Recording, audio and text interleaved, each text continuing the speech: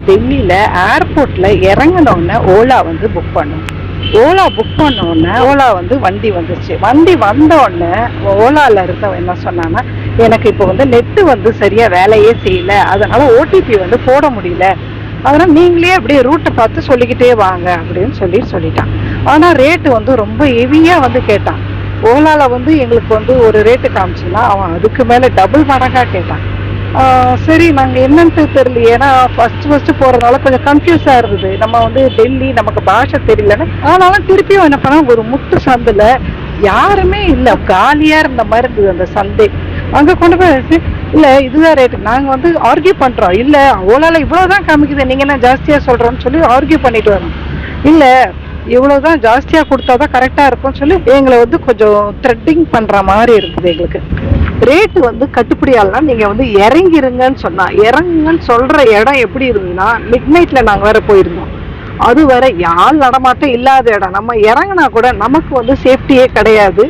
அதுவும் இல்லாமல் வேற வண்டியும் அங்கே வந்து நிஜமாவே வரவே வராது. அந்த மாதிரி இடத்துல நின்று இறங்குறதுனா இறங்கிருங்க அப்படிங்கிறான்.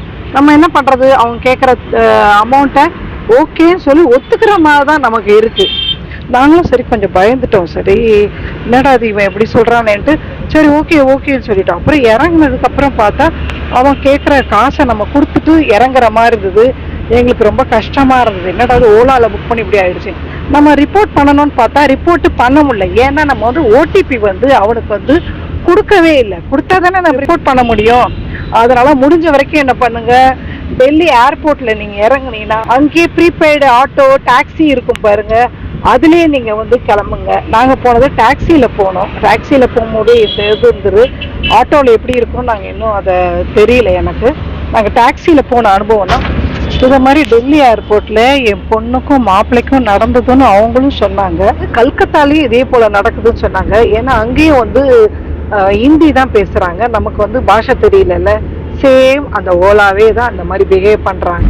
முடிஞ்ச வரைக்கும் ஓலால ஏறினீங்கன்னா நீங்க ஓடிபி போட்டுட்டு அதுக்கப்புறம் வந்து உட்காருங்க. அந்த நம்ம இதுல ஏர்போர்ட்லயே நீங்க வந்து டக்குன்னு ஒரு ஓடிபி போட்டுருங்க. அதுக்கப்புறம் நீங்க ஓடிபி நீங்க போடலைனாலும் அப்புறம் உங்களுக்கு தான் லாஸ் ஆகும், உங்களுக்கு தான் வந்து கஷ்டமாயிடும். அதனால கண்டிப்பா நீங்க ஓலால ஏறினோன்னு ஓடிபி வந்து ஃபர்ஸ்ட் வந்து அவங்க போடுறாங்களா பார்த்துட்டுங்க. அப்படி அவங்க போடலை ஏதாவது சாக்கு சொன்னா தயவு செஞ்சு அந்த வண்டியில ஏறாதீங்க. ஏறது கீழே இறங்கிட்டு வேற வண்டியை நீங்க வந்து பாருங்க. ஓலால ஓடிபி போட்டாங்கன்னா தைரியமா போகலாம். நீங்க ஓலால ஏறிட்டு ஓடிபியும் போட்டுட்டு அவங்க போயிட்டு இது மாதிரி என்னுடைய நாத்தனாருக்கு நடந்திருக்கு. ஏன்னா இவன் என்ன பண்ணானா, முட்டு சந்தில நிறுத்திட்டு யாருக்கோ கீழே இறங்கி ஃபோன் பண்ற மாதிரி கீழெல்லாம் இறங்கிட்டானா. அந்த மாதிரி இருந்தா நீங்க டைரக்ஷன் போடுற பாரு, அதுல வந்து எஸ்ன்னு ஒண்ணு இருக்கும்.